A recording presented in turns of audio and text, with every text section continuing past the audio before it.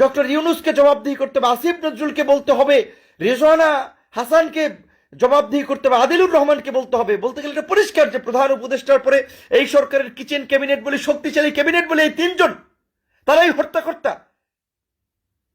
আদিলুর রহমান, রেজওয়ানা হাসান, আসিফ নজরুলরা অন্তর্বর্তীকালীন সরকারকে জবাবদিহি করতে হবে কেন এই 29 অগস্টের ঘটনায় তারা শক্ত পদক্ষেপ নেননি, কেন আমার ভাই হাদিকে এইভাবে গুলিবিদ্ধ হতে হয়েছে। অনেকেই বলছেন এই ঘটনার সাথে অনেক ধরনের ইন্ধন থাকতে পারে, অনেকেই জড়িত থাকতে পারে। দেশে একটা নৈরাজ্য তৈরি করার জন্য এই ঘটনাকে একটা প্রেক্ষাপট হিসেবে ব্যবহার করার জন্য ঘটানো হতে পারে। কারা ঘটিয়েছে সেই ঘটনার আদ্যপান্ত আমাদেরকে খুঁজে বের করতে হবে।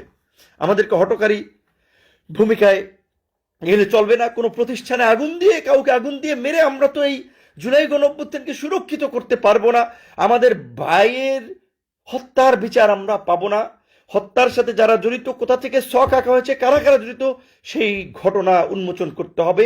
29 অগস্টের ঘটনা কিভাবে ঘটেছে সেই ঘটনার স্বরূপ উন্মোচন করতে হবে। পরিষ্কারভাবে বলছে, আগামীকালকে ডাকসু, শিবির, ছাত্রদল, এনসিপি, বিভিন্ন রাজনৈতিক দল যার যার জায়গা থেকে কর্মসূচি পালন করছে।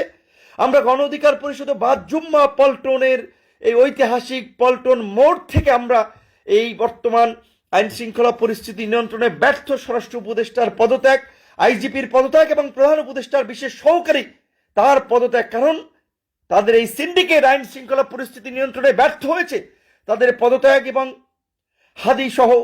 হাদির হত্যাকারী সহ 29 অগস্টের হামলায় জড়িতদেরকে বিচার, গ্রেপ্তার এবং ফ্যাসিবাদ নির্মূলের দাবি হচ্ছে এই মুহূর্তে আমাদের সকলের দাবি।